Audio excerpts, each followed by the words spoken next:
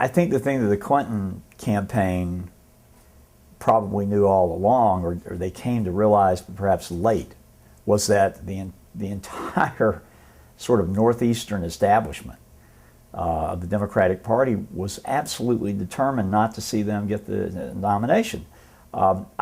Easy research, I found Ted Kennedy saying originally that he didn't know Barack Obama very well. In 2006 he was interviewed, but yet he thought he would be a great candidate for president if he ran because he would bring change. Imagine that. That was the theme of the campaign.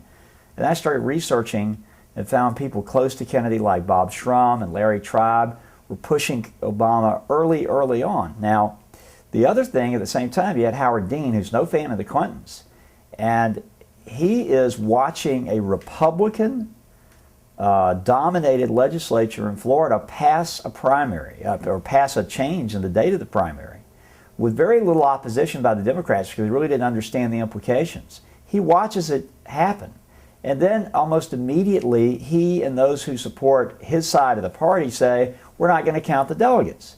Well, that was a critical blow to Clinton from the very beginning because, of course, she didn't see it coming. But at that time, she was high in the polls and she was riding high. But Florida was a gimme state, just absolute guaranteed for Hillary Clinton. And when they moved that primary forward and the Democratic National Committee said, we're not going to count those delegates, that was the first of a couple of just absolute body blows to the Hillary Clinton campaign, and they all knew it was. One poll basically decided the fate of Hillary Clinton, and it was the Des Moines Register poll. And here's the way it went down.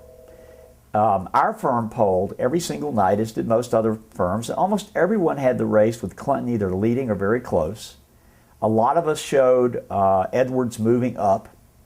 And one of the things that we do that most firms don't do is we ask the question of people, if their number one choice doesn't win, who would they vote for in the caucus as their second choice? Because in Iowa, on the Democratic side, you have to get 15% of the vote as a candidate, or your candidate has to, or you have to go reallocate yourself and vote for someone else.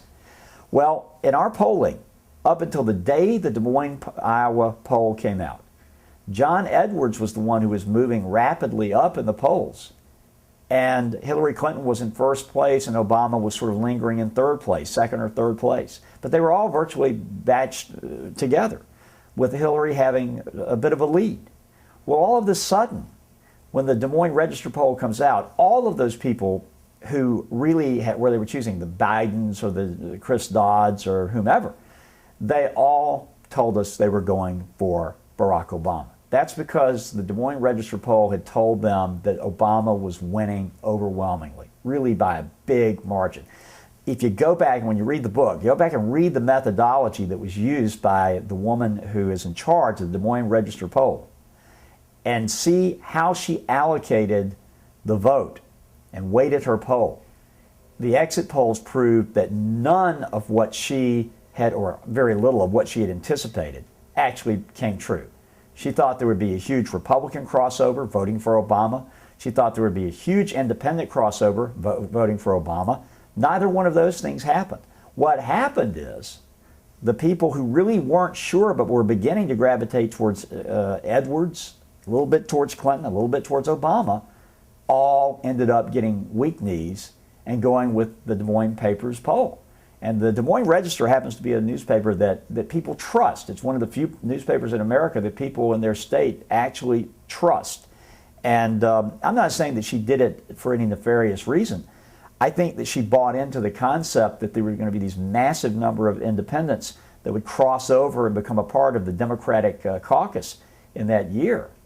And consequently, it became a self-fulfilling prophecy. Hillary Clinton was virtually doomed at that point, but if she wasn't doomed then, knowing that Florida wasn't going to count certainly made it all the more difficult.